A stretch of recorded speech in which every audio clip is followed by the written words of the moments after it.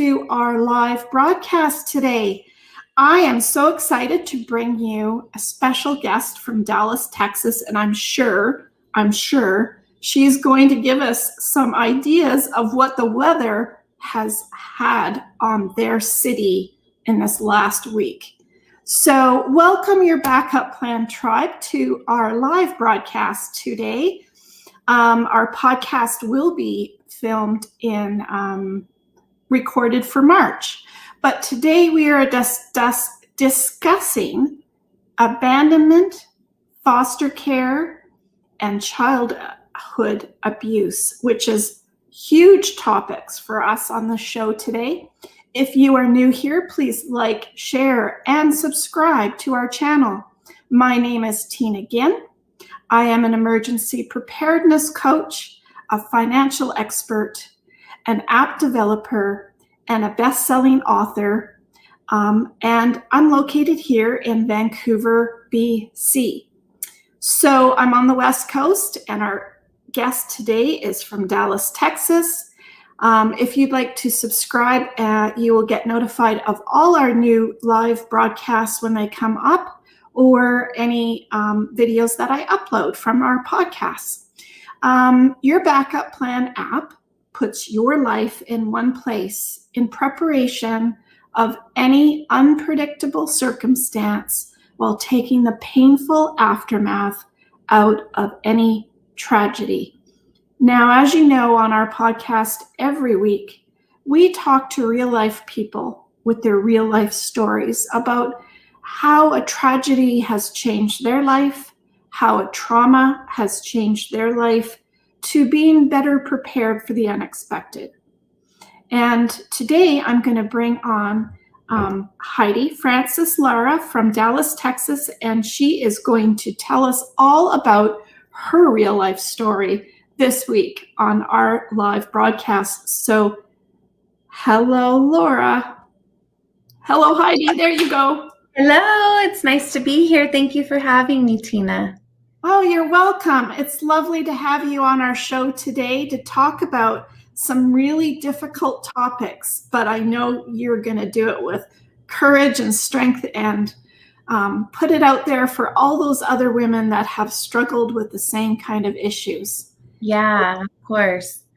I'm diving into this and getting a little bit more used to telling it, so it's starting to get a little bit easier, believe it or not. That's all part of that healing part that we talked about. Yeah, it is. Sincerely, it is. Yeah. So where do we start with you with your story, Heidi? So my story, kind of as we mentioned, some people get trauma different ways. It's like an unexpected, illness, or it can be an unexpected loss or something like that. My trauma started very, very early on. So I was born in 1984. And so I was born to a family that my parents were super, super religious. They were Pentecostal. And they, we didn't get to wear shorts or anything like that. We always wore dresses. The girls didn't cut their hair. It was super, super strict environment. So that's kind of how we lived our lives. And I do have an older brother and an older sister. And then it was me and then a sister that's 5 years younger. So when I was born, my father had already started becoming very abusive. And truly, a lot of the stuff that I know is because I've done a swarm of research. I've gone to police records and I've gone to caseworkers and all kinds of documents, court documents and stuff to get the information. But my father started getting super ill. He had paranoid schizophrenia, but he was like that. He was, quote, normal, healthy. And then it hit him around 27 or 28. So at that point, my older brother and older sister had already been born. And so when I was born, he was in it. He was very sick. So because of that sickness, and then, he was married to my mother, since they were married, and it changed during that marriage, it took a little while for her to even understand what's happening. It's like, you're kind of like a frog in water. Was it like a light switch that went off? Yep. It's like a light switch. And the only reason I know that is because I do know it is hereditary. And so it kind of passes through the family. So I've gotten I've seen some other sides of it, and seen other people go through it. And it is legitimately like a light switch. It is not gradual. I mean, in some kind of ways it is, but you don't really know what's real and what's not. And then it definitely gets worse. But yeah, like a light switch. He just started getting sick. And the best example I can give is he started, he would think that people were talking about him. He would hear voices. He would think people at work were saying that his feet smelled, but he was like wearing shoes. So he would take baths in bleach, things like that. And my father was a brilliant man. He was an engineer. And my mom was a stay-at-home mom. But because of my dad's craziness, noises, things just irritated him. Like he was just very absurd. So when he would come home, he just laid into us. And when I say, I mean, he would put serve us ice cream, but put cod oil on it. He would just do just weird things. But the abusive part, it was, and, I definitely want to give really quick, just like a trigger warning to anybody. I don't want to say something that I could think is just, I'm okay talking about this now. If it's anything that anybody's gone through, any kind of abuses, it's important to be aware of where you are in your journey on whether or not you're okay listening to that. But yeah, at first it was kind of like he would just hit us with belts. And to me, looking back at it, I'm like, I always thought that was just that it is what it is. But no, it was nude. It was me and my sister together, and it just never ended. And we would have just welts and stuff. And so he put us in Epsom salt baths. And from there, he would hit us with sticks. Did he feel bad about doing it? No. Oh. So he, honestly, I think it was kind of like spare rod, spoil the child type of thing. And I don't think he realized how big he was. He was 250 pounds and he was 6'4". He was not a small man. And so these abuses were, as far as I can remember, but we're talking 3, 4, 5. We didn't go into foster care till I was almost 6. So very little. But from there, it kind of graduated to sticks. Like one time he was like, I remember just being this just happy little kid. And he's like, y'all go pick a stick from the tree. And we're like, okay, like not thinking, not knowing that it's going to be, the cause of our, whatever he's about to put us through. But yeah, we picked sticks and that was what he used after that. And that was horribly painful. I definitely have memories of that. And from there he moved to, before that, like he would put us in the corner for hours. Like it just never ended. And if we would slouch or anything, he'd come at us with the spatula. Oh God. But he just did just awful things. The shower, we would have to stay in cold showers for hours until we passed out. And I told my sister, I'm like, I just don't ever remember those endings. She's like, we would pass out because she's older. So she has where my mind, there's certain things I'm like, this is foggy. Is this real? She's like, yeah, that crap's real. Let me tell you a little bit about that. And I'm like, oh dear God. So yeah. So that was awful. And the cold showers, I deal with that into adulthood right now. Like if the shower goes cold, it can be an immediate panic attack. Absolutely. Yeah. Which is difficult having kids because I'm trying to live my life normal and deal with those things. But yeah, that was one of the things. But his final kind of hoorah, I don't know even how to, I know I'm putting this lightly, but it's just kind of an easier way to get through it. But he got a metal rod from the screen door and then he was hitting us with the metal rod. And my brother had 9 broken ribs, a broken arm. He had to get skin grafts. It was a whole thing. And this was in Amarillo. And at that time, so what happened is, I guess something triggered him and he came to for just a moment and said, he's not going to make it. They tried to heal him. And he saved his life because he ultimately was like, we've got to take him to the hospital. He's not going to live through this. And he wouldn't have lived through that. So at that time, that was the worst abuse situation they'd ever seen in Amarillo. And that was in 1990. So they sent the cavalry in. They're like, do you have any other family members? And he's like, yeah, I have, 3 sisters at home. My baby sister is only 6 weeks old. So she was just a little one. So from there, we just went on into foster care, and my youngest sister got adopted. We all got separated. I went into a group home for a little while. That moment, I always pause in that moment, because that is when I think everything came to. Because that first home, when I was 5 and 6, we were all just so psychologically disturbed. Should have had my little list. I have a little list, and I'm actually, at first it ripped through me reading this list of all of the things that they said that I had. It was just an awful list of psychological problems. We were wetting beds and stuff like that, super angry, crazy. We're just out of sorts. But now it's more of like my testimony to, what I've lived through. But so after that, going into like a children's home, I started recognizing, like, I don't have anybody. I was alone in that moment. So I didn't, at that point, so when you want to talk loss, I didn't care that he beat the hell out of us. It's like, that was my father. So I lost my father, lost my mother, lost my brother, lost my sisters, and I didn't have anybody.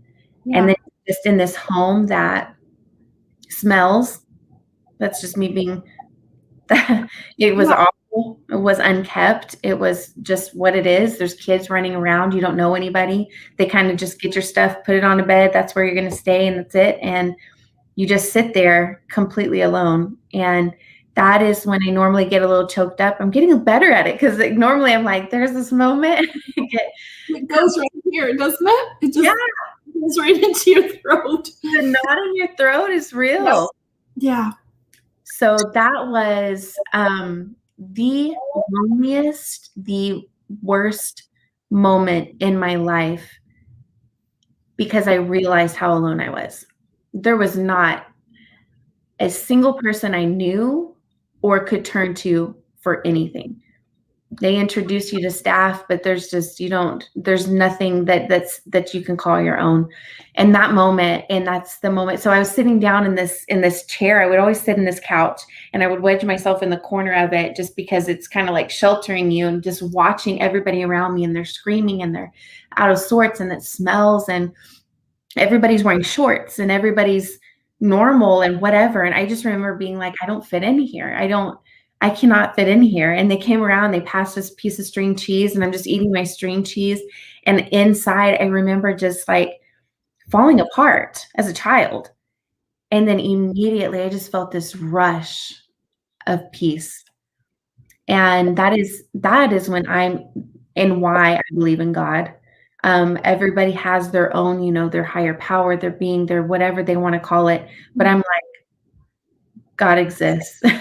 I'm 7 years old, and I know that God exists, because there's no way I could have got through that moment. That was the worst moment of my entire life. And I'll still say it to this day, because that's when I had the realization of all the loss I had just endured as a 7-year-old kid. Well, when you think about it, when you're 7, I mean, what kind of knowledge or information, it's hard enough in your teenage years and your 20s even to have. So something really cool. So now that, because I have my own little podcast, and I'm writing a book and stuff like that, and I'm like, I have to research, and I have to understand these things. And something super cool to just put right there is that the mind switches over. So there's your mind switches over at the age of 7, which is odd that same time that happened. So at one point, it's only download. You're not realizing, you're not drawing conclusions. You don't fear anything. That's why kids are so brutally honest, because they're like, they're just in download. They're just taking it all in. And then at the age of 7, that's when you start kind of, you're the things that you've lived through, your mind is kind of reverting back to that to give you knowledge on this happened. And so now I fear this, and that happens. And anyway, so it was kind of a phenomenon. I thought that was pretty cool. Yeah. But outside of that, moving on into foster care, I went into another home. My brother went into another home. My sister was in another home. Then they moved me and my brother together. And in that home, I was 10. And I was like, this is my place. This is where I'm going to call home. And they let us call them mom and dad. And I just was like, oh, this is so perfect. And things got difficult. I had to do a ton of tours, and I noticed things were not exactly congruent with the other kids, but I was okay with that because I'm like, well, this is better than what I've had before. But during that time, some sexual abuse with the older brothers happened. And Oh, I was like, okay, well, and at that time, I'm like, I guess this is just what happens. Kids, man, kids are tougher than adults. I'll tell you that. Because I remember knowing, because I was 11 when that first happened, and I was already in it, man. I'm like, this is like, I love this place, My parents had already moved us from Amarillo to Dallas. And so they had taken it. It takes time to do that. You have to get permissions and all that stuff. And so I felt like loved. I felt secure. I felt whatever. And then that happened with the brother. And I'm like, this is all going to go to crap if I say anything. Just roll with it, And then he became a pastor. And so it's just this whole like, what is happening? But later on, he was registered as a pedophile. I mean, it was just a mess. And so going on through all of that, and I'm telling this story, but I can't put it into words the right way, because think about a child from when they're born yeah. to graduation, every morning waking up, and whatever you're going to go through or endure, or emotions, or, we would visit each other. I would visit my brothers and sisters. They're getting older. We're going to court to get my mom's rights taken away, like all of these things. So Wow. it's crazy. It was crazy. And, my 20s, nobody prepared me for when I turned 18 and I graduated. I'm like, man, I'm going, like, I'm done. Like, that part is over and I'm starting anew. I just went, like, married my high school sweetheart, and it was a whole step, whole mess there, whatever. But nobody told me about anxiety, that you're going to deal with anxieties. Nobody told me about the physical things that you go through when you go through trauma, which I'm bringing all of that stuff to light because there's still a lot of people that don't know that those things even correlate. Yeah. But in my 20s, I'm like, what? And I would wake up with panic attacks, like massive, like the world's ending. Why am I so scared of everything? Blah, blah, blah. And people are like, what's up, man? Like, do you want some eggs? Like, calm down. I had cardiomyopathy after my first daughter. I dealt with palpitations, heart palpitations, things like that. So What did you were thinking about then when you had your first daughter, that it was going to happen to her too? Like, did you feel that anxiety for someone you just brought into life? Or no? So the best way I can explain it is I was living very, very fake. I didn't tell anybody what I had gone through. I wouldn't talk about it. And I was so eager to just, okay, I know I have to get a car. I have to get married. Oh, I got pregnant first. And I was like, oh God, I have to get married. I have to make it right, right? I have to make it right. Get married. Okay, now I'm married. Okay, now we have to buy a house. Now I have to have a good job. So I had this, like, I need people to see I got it together, because I don't ever, ever want to connect myself with that ever again. And so I did that in my 20s. So when you're asking that question, no, I just was, I didn't even know that connected with anything in my past. You know what I mean? I just assumed, man, I go through all this stuff. And the truth is I deal with a lot of stuff, emotional stuff, crying super easy, like just all kinds of crazy mess. And in my 20s, I just wanted to fake it. And there was a point, I had a breaking point. I decided I was going to get divorced because we were not, I didn't check any boxes, and I didn't have a father to guide me. I didn't have anybody to guide me and say, no, you don't talk to her like that, or no, you don't treat her like that, which my ex-husband was a great person. But during that time, I just clung to him. He said, I love you. I got married. So it started coming out where I'm like, okay, I guess you're supposed to date. You're supposed to do all those things before you get married or whatever. So when we decided to separate, uh, I got real strong. I'm like, okay, I'm gonna lose weight. Because I gained some weight. I was like, so I'm running like 4 miles a day. So I'm like, I got this. I have a good job. I'm getting my kids to school on time. They're doing great in school, and I'm doing it alone. I can't drop them off at grandma's. Like, what's that? You know what I mean? Like, it was like, this is me. This is them. I'm successful. Like, I have this. We're good. Even if I had $20 in the bank for groceries, I'm like, nah, I got it. And I also was very prideful because I didn't want to lean on the government, because I was like, no, because that's taking me back Right. to all of that. So I had this, no, I'm doing it. I'm doing it at the expense of even my kids at some point. Like, I'm sure they'd be like, Mom, like, hook us up with some Medicaid or like whatever, and they've always been well taken care of, but you understand, I was just very prideful in that. So there was a day that I decided, I was like, I'm going to read a book. I'm feeling healthy. I'm feeling fine. I'm like, world's good. And I picked up this book. It's called A Child Called It. Have you heard of that book? No. So it's a child who dealt with severe, severe, severe abuse. And I'm like, oh, let me just read about his story. God, nobody warned me. Not a good idea. So I pick up this book and I'm reading through it. And I just started immediately knowing what abuses he was going to get. Like, as stuff was like lining up in the book, I'm like, oh my God, no, no, no. And anyway, so it was horrible. And then immediately I just lost it. I lost myself. I was like, threw myself on the floor and I'm bawling and I'm just like dry heaving, like I can't be a mom and I don't know how to be a wife, and like the whole world, and just saying why and just cry. It was awful. And that set me into a swarm of depression. Didn't matter how cute I was.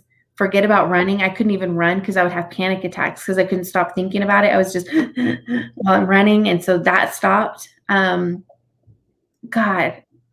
it was awful. And I decided in that moment, I have to do something about this.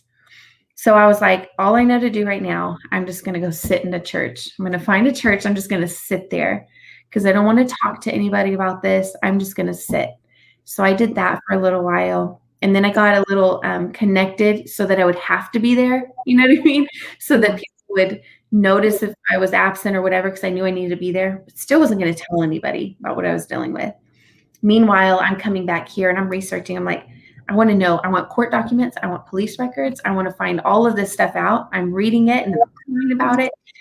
But and writing. So I started writing my book. And when you're writing, I know that you know about this, to actually get out words that can have the reader feel them and truly feel what it is that you're saying, you have to be in it. So you can imagine I'm explaining these horrible abuses and just step by step of this and that. And I'm like, oh yeah, dude. So after like 2 paragraphs, I'm like having to put it down. So I'm not done with it yet. But it's been like 6 years because it's that painful. But you know what? After a while, I'm like, I feel a little bit better. Like, honestly, 6 years ago, there's no way I could have done this. There's no way. But I decided I have to do that. And then outside of that, forget my own research, because the research that I was doing, I wanted to put dates in my book. Mm-hmm. I wanted to understand things better. But a journal, then, like a diary of your life. Yeah. Well, I wanted to understand, like, where did everything just go to crap? Like, something's got to give. And then the more that I wrote, the crazy, again, I think this is another phenomenon. I started actually feeling sorrow for myself. Like, not in a woe is me kind of way, but like, Heidi, you've been through some crap. Why are you not giving yourself time to mourn? Why are you not allowing yourself what you definitely deserve? So that was probably the most beautiful part of my journey, is just really understanding that that is something that every person is allowed to have. When you go through something and you can truly write it out and say, if I read this in someone else's book, what would I feel for them? And so I started feeling compassion for myself. And my God, it gave me some kind of Wow. strength, it gave me all kinds of things. And I take it, and I'm a marketing rep. So I'm like, just have a regular job. I work for insurance and I go to agencies every day. And sometimes I hear, people will just want to connect with me. And I'm like, tell me about that. I'm like, oh my God, you can do anything. And so I just started kind of capturing that kind of like, help me help you, and of course not telling them my story by any means, but kind of just like encouraging them. And then it's just given me some kind of crazy strength. Strength. Yeah. Yeah. And to have compassion for yourself and forgiveness. Oh, yeah. Yeah, because it's easy for me to say, God, I just did everything wrong. Maybe I shouldn't have just married so soon. And, I got pregnant out of wedlock. I knew better. I was raised in church and blah, blah, blah. It's like, no, no, no. You didn't have anything or anybody. And there's a lot of things that you went through. And it's definitely not I think there's this line, right? We don't want to be the person that's like a victim, and this is opposite of that. This is getting your strength so that you don't have to be a victim, Right. It's literally finding whatever it is that you need to so that you're not, and because victims will fall into like, this is why I do drugs, or this is why I drink, and this is why I can't stop whatever, and this is why yada yada. It's an excuse for that victim mentality. Me, I want to heal so I don't ever have to pull that card, And it's a very, God, it's a beautiful thing. It's a beautiful thing now that I'm looking at it in retrospect. 6 years ago, it was not beautiful by any means. What about your mom? Do your family still talk to her, and is she part of the family? So this is the thing. In this journey, she was very, very much a part of the abuse. She was abused, yes. I will give that to her. But she became very, very victim. I just couldn't do anything, and I just couldn't. And in those situations, there was some awful, like there was sexual abuse with us from our father, things that she could not have not seen. These things that I'm describing, I'm giving you a very, very rated G version of the awful things. And she was there. She was a part of it. My father went to work every day. And as a mother with kids, I dare you. Like, I dare you. Yeah. And, and I gave her grace, and I do give her grace and understanding that she was, like I mentioned, she was married to him. So it's kind of the frog in boiling water thing. Before you know, it's kind of too late or whatever. But at the same time, you have choices to make, and you have to stand up and be a mother. So in approaching her, so my answer to that, I wanted answers. I'm like, I gotta go visit, right? Because these are like little things. They're little, I don't want to say goals, visit my mom, but it's things, chapters I have to close, doors I have to look into. Right. That was one of them. And it just was not a good thing. I visited with her. She was very victim. And at first it's Heidi, oh my Heidi, and all this stuff. And oh my goodness, like one of the first stories that she told me when I sat with her, she said, do you remember when you would sit on Dad's lap and he would ask you, what terrible things happened in the day? And you'd say, oh, nothing. And he'd say, nothing bad happened. And he'd feed you an M&M, and he'd say, oh, so-and-so broke a glass today. And he'd give you the bag of M&Ms. And then he'd come and he'd pull me by my hair and throw me to the floor. Do you remember that happening? And I'm like, okay. Hold on a second. Yeah. That doesn't sound right. Yeah. That's another kind of evil. It's another kind of, I can't even put into words, because that wasn't even that long ago when I had this discussion. I'm like, okay. And if I give you so there's that, like that sentence alone, that little paragraph or whatever gives you some insight to her and why I choose, she will never have I don't want to say she won't have forgiveness because I pray to God that He gives me that. But right now, that's not my burden to bear. That's Right. she can deal with that. I don't have to. You're Um, not at the cross yet. You're just trying to maneuver through your own stuff right now. yeah. I'm like, good riddance. But no apologies or anything. And I'm like, do you have any idea what we've been through? Like, and too, even with that conversation with her, I'm like, I don't even have words. Like, I don't even. Don't It even know what to say back. No, there was no angry words, no whatever. And I will tell you this. This is a candid moment. Just being verbally honest. There was a moment I just got so angry. I was just thinking about it and replaying the whole conversation because it was a long conversation about how she was the victim, which I'm not taking. Nobody's taking that from you. I was wanting to just have, just like my sister does for me, where I'm like, "Hey, did this?" And then she's like, "Yeah," with just putting things together. But instead, it was a whole conversation of, let me tell you how I was the victim type of thing. Anyways, so at one point, I was in the church parking lot. And I was upset and I'm crying and I'm bawling and all this stuff. And I just sent her, it was all cuss words. I don't even remember what it said. And I just sent it. And I was like, oh, I'm in the church parking lot, dear God. But that's what it is. So no, I've forgiven her. But my father, he's in prison for 40 years Oh, because of the abuse. So he's in prison. And I was like, what did it finally get to that and he ended up there? Like, did it get to a certain point? yeah, yeah. So the metal rod, he was hitting us all with a metal rod, and this thing was from a screen door. So the pain that he instilled. So my brother had broken bones, 9 broken ribs, a broken arm. He had to get skin grafts, stuff like that. And he turned himself in because they couldn't fix it. So he took him to the hospital and they arrested him there.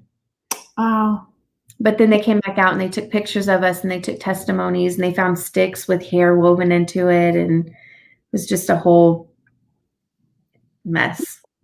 But I had this. did you ever find out through your research why?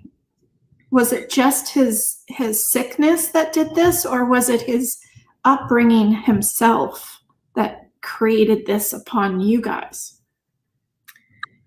It was his sickness. It was his sickness. He he's not all there, but how do I explain it? The noises and stuff like that. So reading testimony, he would say, because the prosecutor or not the prosecutor, whoever's on, I don't know all the jargon, I'm sorry. Whoever's on his side is just trying to get kind of a testimony from him. And he's like, noises, how they just don't stop. And how the ticking, and I would tell them to stop and, they just keep going. And,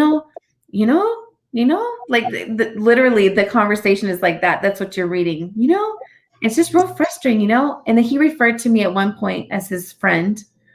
He was like, and Heidi, she was my best friend. She was my little friend. He was like, and then, he said my mom's name. I won't say it, but so-and-so, she had me get after her one time and I got after her real good. And then she wouldn't have anything to do with me after that, which is unfortunate because she was my good friend.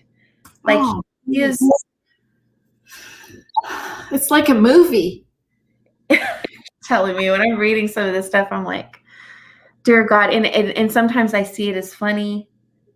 And then sometimes I'm like, what? And then other times I'm like in a bucket of tears. It's just so odd. All of it's odd. And these aren't even, again, this is just so rated G. It's like, it just was never ending. Like, it's just awful.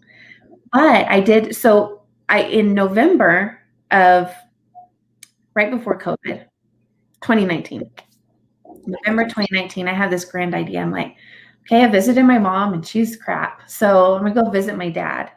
Oh God. Jeez. So I haven't seen this guy since I was 5, almost 6 years old. And at that point I was 30, 35. So I'm like, I'm gonna do this. I don't tell anybody because I know my friends, which I keep them updated. So I'm like, look, I found out. And I'm like calling them and telling them about it. And they're like, oh my God, that's insane. And then I'm reading it. The next day I'm crying. So they're on this whole soap opera with me, right? And so I knew not to tell them that I'm going to go see him. I'm sure as heck not going to tell my sister, you know? So I'm like, I'm just going to do this. So I call up to the prison and they're like, he's in the infirmary.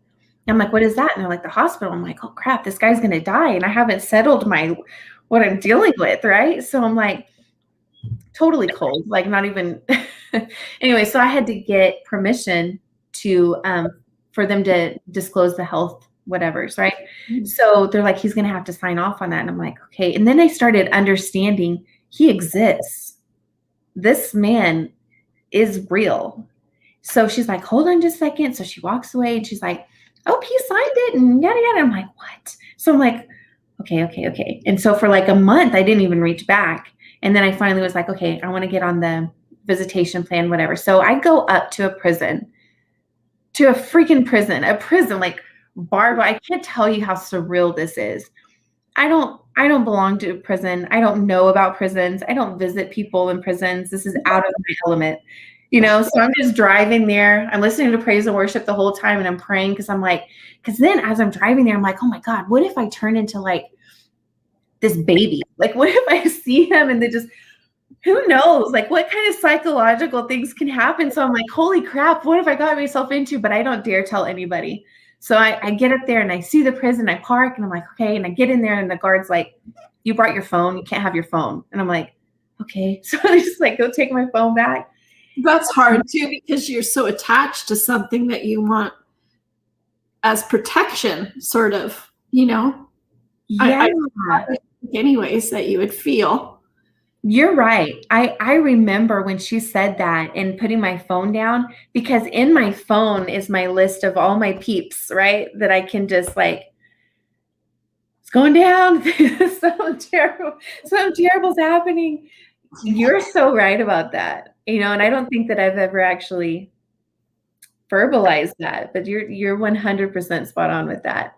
So I come back in there naked and afraid, like, bring it. Wasn't naked, but you know what I mean? I'm just feel like it. Vulnerable. Yeah. So I go in. You when you actually see him, you know, because it's going to bring back all of these pictures in your head. So you're so fearful. That was the same kind of fear as when I had a girlfriend who had cancer, lung cancer, and I would go up to her room every week and see what she, you know, talk to her and sit with her, and it was getting progressively worse all the time. So you have this fear of seeing this person again and how they deteriorate, and it's such a scary, but it's a similar kind of feeling as I get from what you're saying from your story, you know, because you're fearful of what you're going to think and how you're going to react and all the stuff going in your head. You know, I think that's a very, very good connection, because not knowing what they're going to look like, that's a big thing, you know, and how your reaction's going to be in that situation that you're speaking of. Like, what if you just bust into tears and then her reaction to that response? And so, yeah, it's very much like that. Yeah. So tell us, I can hardly read. Well, so when I planned this, there was no plan. It was just like, I'm just going to go to the prison, blah, blah, blah. You felt like it. Let's do it. Yeah, hoorah. Like, I got this. And then as they're like doing the whole metal detector, I'm like, oh my God, there is no going back. I can't divert from this. And I go in and they're like, you're going to see who? And I say his name and they're like, who again? And I say his name, I give him the inmate number, and they're calling and they're like, so-and-so, blah, blah, blah. Because he hasn't had a visitor since 2009, which was apparently his mother who's passed away. So 10 years. So they're kind of confused and they're like, who are you again? I'm his daughter, which I'm having to say that, which is secretly pissing me off. Like, you know what I mean? I'm like, it's just, I'm, you know, his seed. I don't know. Like, you know, I can be here pretty much. I don't know. So they asked that. And so it's going back and forth, which is only making me more nervous. He hasn't been seen and who are you? And blah, blah, blah. So it's just continuously all of this. And then I go to the front and they're like, oh, I see all these people on the outside that are visiting. So it's visiting hours, of course, but they're sitting just like what you see in the movies where there's a table and there's, mom and so, and there's, and it's all these people. And he's like, the sheriff guy or whatever who was escorting me, he's like, this isn't where you're going to be. Since he's in the infirmary, you're going to be up there with them. So in my mind, I'm like, no, but this is what I envisioned. I've seen the movies. So now I have no idea what the setup is going to be, right? So all the time you're thinking, can I change my mind now, please? Yes. My mind. All of me was like, I want to just send somebody in to like spy on him. Let me just look. You go in. I'll just, Yeah. Why does it have to be me? But yeah. So I'm like, okay. So the sheriff sees my face and he's like, you haven't been here to see him? You haven't been here or whatever? And I'm like, because he's just the escort, so that he doesn't know all the chaos. And I'm like, no, I haven't. And this is your father? And I'm like, yeah. Well, when was the last time you saw him? And I was like, when I was 5 or 6. And he's like, okay, well, and okay, can I ask a little more details on that? And I was like, it was a child abuse situation. He was like, you were the victim? And I'm like, oh God. So now I'm like, yeah. He's like, okay, sweetheart, don't worry. Look, when we get up there, if you feel comfortable, then we'll proceed. If you don't feel comfortable, he's like, we're going to talk to the nurse first and all this different stuff. So we go up there. This nurse is there, and he's like, oh, so-and-so. I love that guy. He's a crazy guy. He's cool and blah, blah, blah. So he's like, look, he likes to pace all day. He paces back and forth. He loves coffee, drinks tons of coffee. I know when it's a good day or a bad day because he says they had this own like little thing they would say every morning and whatever. He's like, but he's having a good day today. So you want to go or whatever? And I'm like, okay. Mm-hmm. He's like, do you want me to stand there? I'd be honored to stand there and see this, play out or whatever. I'm like, okay. So he stands there. And this is the other thing that I didn't tell you. My father is 6'4". He is not a small man. And I'm 5'7", which I'm tall for a woman, but part of my fear was that I would see him in his grandeur and be like panic stricken. Mm-hmm. So something that I thought was so amazing because I was scared or whatever. And that just God, this is totally God. But when I see him, it's this white room, just picture a white room with one table and 2 chairs, very, very, very far apart. So nothing like you see in the movies where they're up close, but he was sitting down. And that was God, because that was my biggest fear. For some reason, that just kept playing in my head, his bigness. So I see him sitting down and I'm like, hi. And he's like, hi. And he's like moving back and forth and he's smiling. So this is very, there's a movie, I can't even think of the name of it. Sling Blade. Have you seen Sling Blade? Yeah. Just right. when you think of an illness like that taking over somebody and just how they're just not, he was just just kind of moving back and forth and kind of smiling a little bit eerie and stuff. And I'm like, hey, do you know who I am? And he's like, yeah, you're my daughter. And I was like, yeah. I was like, do you know which one though? Because you have 3 daughters. And he was like, you're Heidi? I was like, yes, I'm Heidi. And I was like, I'm just going to have a seat here. I don't know how to do this or whatever. And he's just smiling and just looking and rocking back and forth. And I was like, so I had no idea what to ask. Like, you don't plan for this. There's no way to plan. So I was like, what do you do around here? He was like, well, I walk. He was like, I was an athlete when I was in high school. He was like, I'm an athlete. I had medals. I had a lot of medals when I was younger. He was like, I would run track and so he just went on this whole thing. And I was like, okay. That was another thing that I think that God gave me in that moment. He is so not okay that I talked to him like I talked to my children. And that got me through a 4-hour interview with him. Yeah. Yeah, he was not healthy. He is not. It shows you how mentally ill he actually is. Exactly. Yeah. And because of that, I walked away with this stupid amount of peace. I was like, he wasn't angry at us. He didn't not love us. That rejection that I felt all these years, he is out of his mind, you know? And it gave me such a peace. I'm like, God, this whole time, I'm just like, what did we have to do to deserve this? And why wouldn't you just be there for us, whatever? And I'm like, how cool, how cool, how cool of God to give me that, to really give me that, for one, to give me the strength to do it, for two, to actually get me through to him, because God knows there was multiple times where I'm like, just kidding. And then to pull me through that. And I honestly have compassion for him, the humanity in it. Do you have forgiveness, do you think? So, yeah, this is what I would say to that. I feel forgiveness for him, but when there's certain things that I go through, or family members that I see that are going through things because of his actions, even if it was no fault of his own, I feel very recently, I felt these feelings of like, I hate you.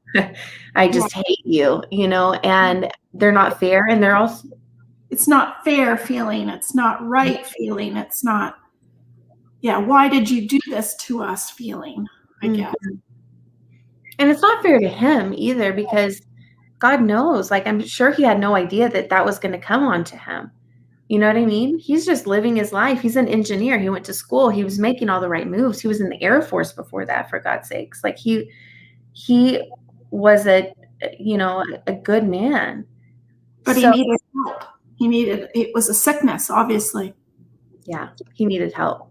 So when I compare the two, like mom versus dad, whose fault, whose whatever, I have a very, very strong frustration. And I don't carry this with me. This is something that's amazing as well. I don't wake up and just think, oh, whatever. There will be something that will happen.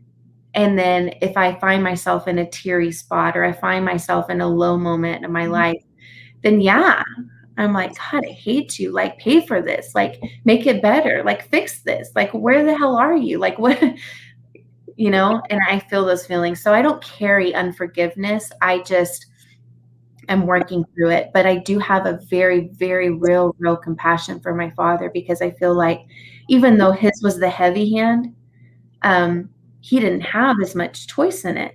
And when he did, he saved my brother's life. So that's, I struggle with that. Yeah. So he never did say anything that reminded you of what he used to do, or he was just not present, really. He was just living, kind of talking like he was back in high school, kind of thing. So the conversation went all over the place. There was a moment that he said, you could tell on his face that he had remorse. And so he said, when the spanking happened, so he's calling it the spanking, the one that was just what caused everything to go crazy, right?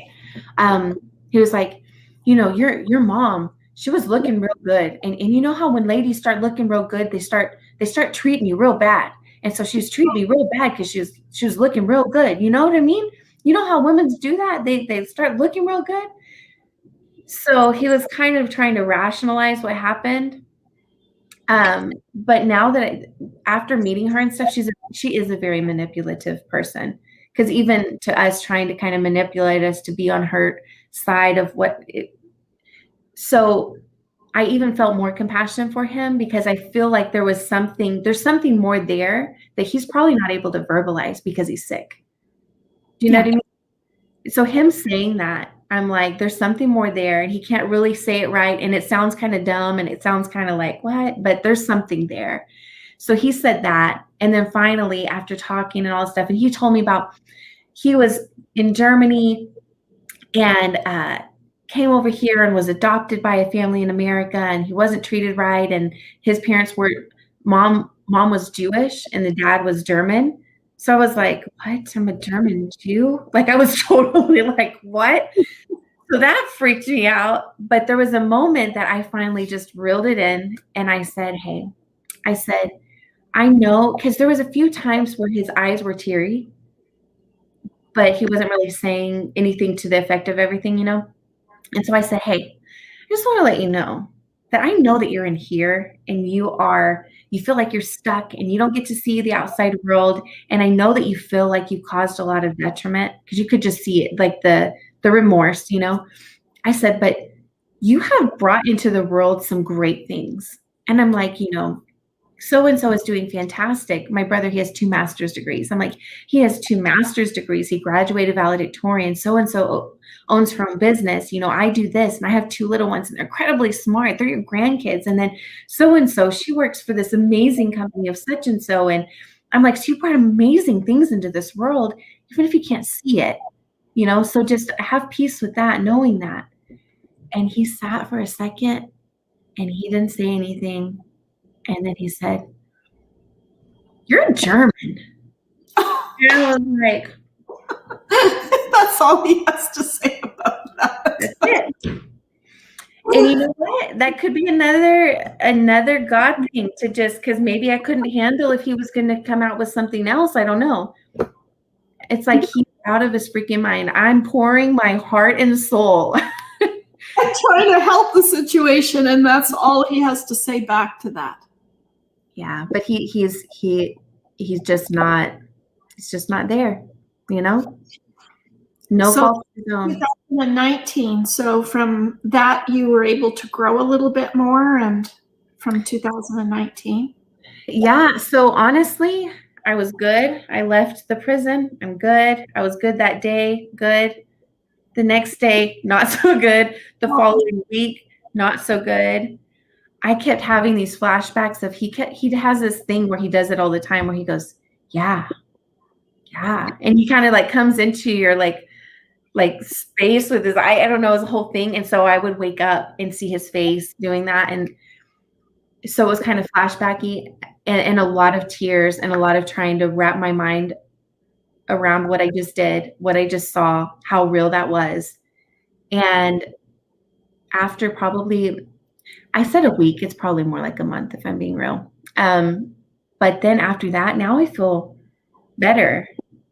It was very weird. It was very weird, but I feel at peace because I know he exists.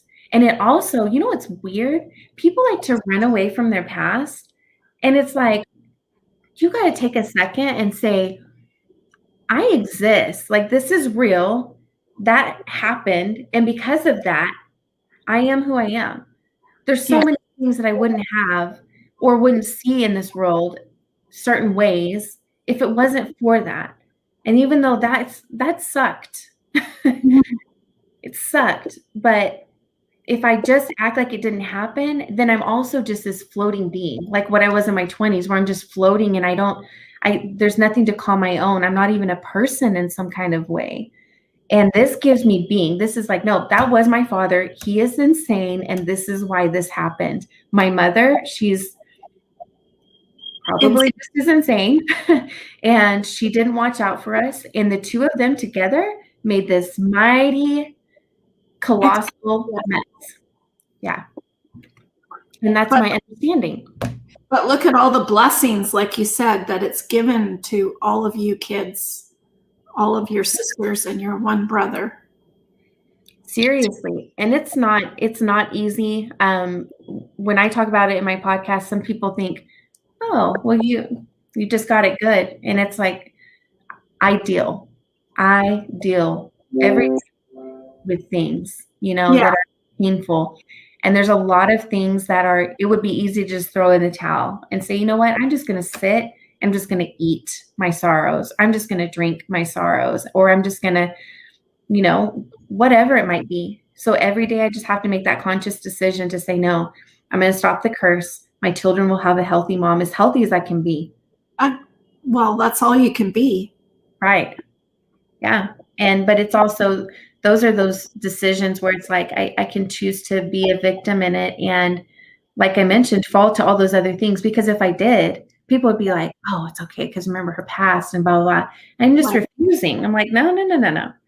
And it's given me a lot of strength and a lot of, feels like it's given my dignity back.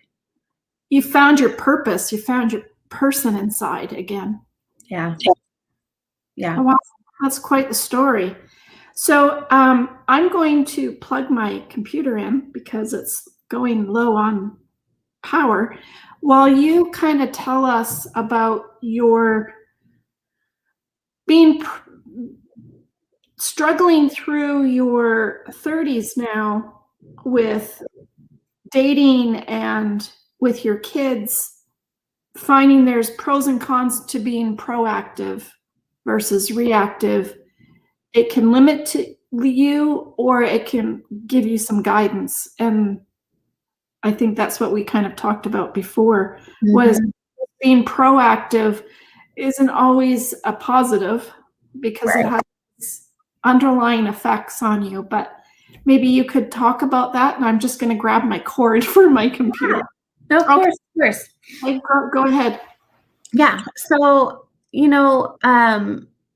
it is not easy given those circumstances of trauma early on. It's very frustrating to deal with those things because you start becoming a little bit hard-headed. You start becoming a little bit cold, turning people away because you don't want relationships to not work. You don't want to deal with that abandonment again. So abandonment is one of the biggest things that I deal with, at least that I feel like continuously is bothersome in relationships. And it keeps me from finding, so I know that I've run into, what would be good catches or whatever, but I'll get a little bit into it and then I'll completely sabotage it. Completely, like I'll obliterate it. I'll just become uneasy to work with, uneasy to talk to, uneasy to whatever. And I'm just subconsciously doing it. Yeah, just subconsciously sabotaging it because I'm afraid of, if I get too close, for one, them knowing this stuff about me, right? But then for two, what if it doesn't work? And it's possible it won't hurt. And people go through breakups all the time. I don't want to go through that again. And so now it's like I'm single for so long, and looking back at it now that I'm healing, I'm like, that would have been a good one, and that would have been a good one. And why did I react this way? And it can be very detrimental. And I was told very recently that I'm, what was the word that was used? Defensive, very defensive. So I feel often, yeah. And it's just because, I can feel attacked or whatever. So when you're talking about planning, I am planning for the future. I am planning for my, whatever situation is to come. And so I'm planning, like, I'm not going to get hurt, so I'm not going to even dive in. I'm not going to get rejected, so I'm not even going to try. I'm not going to. So those things, and it is a daily struggle. But the coolest thing is that sometimes, I meditate, I do stuff like that to just be very, very in tune with myself. So sometimes I can just stop and be like, you are being totally crazy. You're being crazy right now.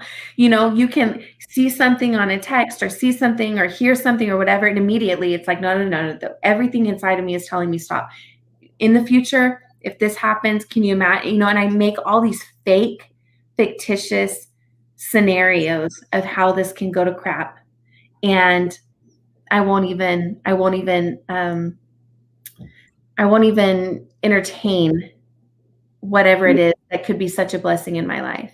So it's definitely it's a very aggressive way of planning. So when we were talking about it, how do you plan or how do you whatever? And I'm like, well, I do always feel like I'm planning, but I am planning for the foreseeable terrible things that can happen and refusing to even, like I said, entertain anything. It's awesome. Yeah.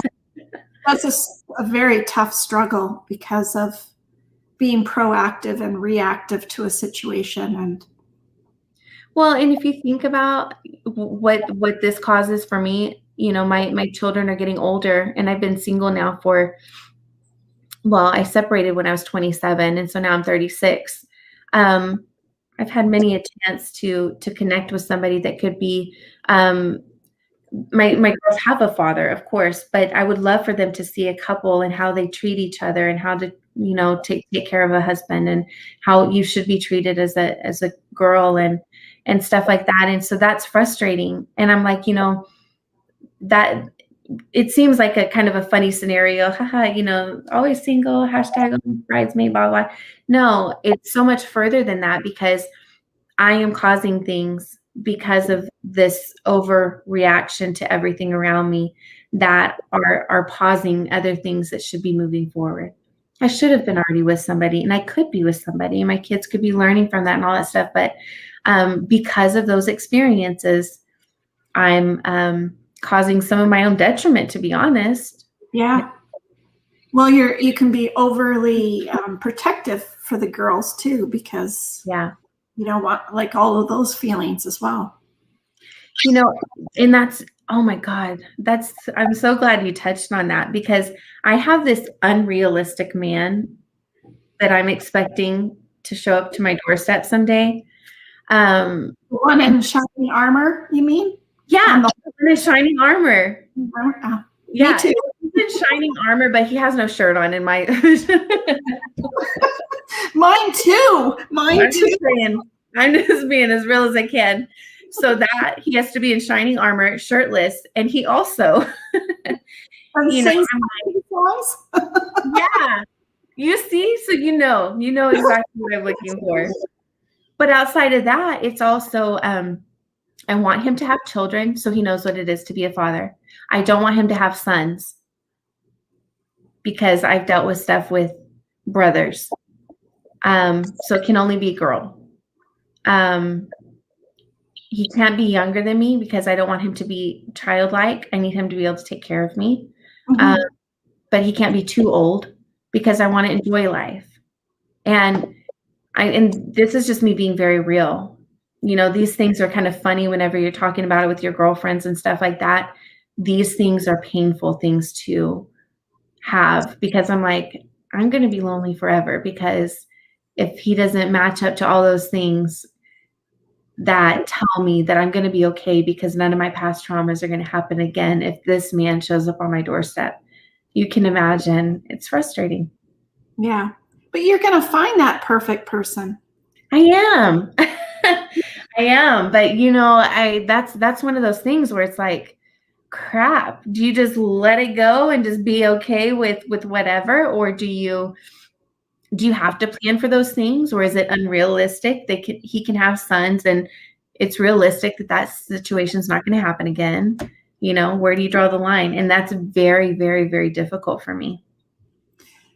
Well, they say if you put it out there, you basically put it into the universe and you create your own destiny. That's true. That's true. I couldn't be further from the truth. Yeah. I agree with that. I think there's a lot of things job wise or just things that I've jumped on and decided to take on. And it always turns into just something so great. And it's because I'm like, yeah, this is happening. And for some reason, I've just never done that with men. I've just kind of been more passive. I don't know. We could turn this into a whole dating show too. We could do all that. It would be super easy. Yeah, it would. Maybe we should one of these days. Yeah, we could talk topics. The over 50s and in the 30s dating, what that's like these days. What that's like. So you're doing the dating game too right now? Oh, Lord. It's fun. I enjoy it. And then sometimes I see certain situations. I'm like, oh, I'm totally good. I'm good. I'll have cats. Yeah. I think I'll get a cat. Yeah, exactly. It's crazy, isn't it? Well, we could talk about this, I'm sure, forever. And I appreciate you coming on and being so courageous and so open to our listeners, Heidi. It's maybe I'll put your podcast down below in the description box as well for anybody who wants to listen to you. on your podcast. Yeah, so it broke up for just a moment. It was blank for just a second. I think I lost you. Yeah, I was just saying we're going to put your podcast in the description box so that we can have listeners watch you now too. I would love that. I would love that. Mine talks about trauma. It's just all that trauma, and this is what we talk about and how people kind of get through it. Yeah. Well, it was like listening to a movie. It really was. I can't even imagine what you've been through. As a young kid and a girl, and all the things that you have to get through, and then having girls, and oh gosh, I don't even know where to start with you. You are amazing, amazing person. You have so many blessings coming your way. God has a plan for you. Really does. Thank you so much for that, Tina. I appreciate that. I think this was a heavy topic, and it would be wonderful to read your story one of these days. So get on that, because we're all going to die listening, reading that story of yours. It's going to be amazing. Yeah. No, I plan on it at some point through this year. It should be finished. I'm going to get somebody to help through some of the harder things, because some of the harder things, it's like I get there and I'm like, never mind, abort. But somebody recently told me, just said, hey, just hire somebody that can do that and can kind of work through those things. And so I think that's going to be my next step to be able to complete it. Excellent. That sounds like a good plan. That's actually really good. Mm-hmm. So thank you, everybody. Thank you, your Backup Plan Tribe, for coming out today and listening to Heidi's amazing, amazing story of trauma after trauma after trauma. Like, how much can someone endure? Just ask Heidi, because she's been through it just a little bit.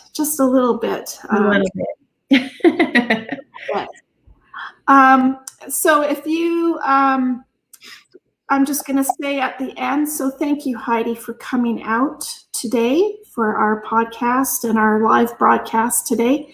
My pleasure. It was a beautiful, wonderful story. I hope it's inspired and motivated some of you out there listening to think that, you have options too. And you have, hear someone else's story that gives you some inspiration and some heartfelt feelings of being able to have the strength and courage to move forward. And I really appreciate your passion, and it's not easy to talk about. So, thank you. Thank you so much. Of course. It was a pleasure. And I appreciate the opportunity, because every time I talk about it, it gets easier. So yeah, I appreciate it very much for having me on. Thank you so very, very much. I appreciate it. And thank you, listeners, for coming out today. It was beautiful that you were able to make it. And if you're listening afterwards, make sure you hit that subscribe button. Stay tuned for our podcast next week on a different topic, of course. I really appreciate each and every one of you. Prepare for the unexpected, because you just never know. You never know. Pick up that phone and call someone that you care and love about, because you don't know what tomorrow will bring. I always end with Carol Burnett. I'm so glad we had this time together. Just have a laugh or sing a song. Seems we just get started, and before you know it, comes the time we have to say so long. So thank you. Thank you, Heidi. Thank you so very much for your story. Thank you. Take care. Talk to you soon. Thanks, everybody. Thank you. Bye-bye. Bye.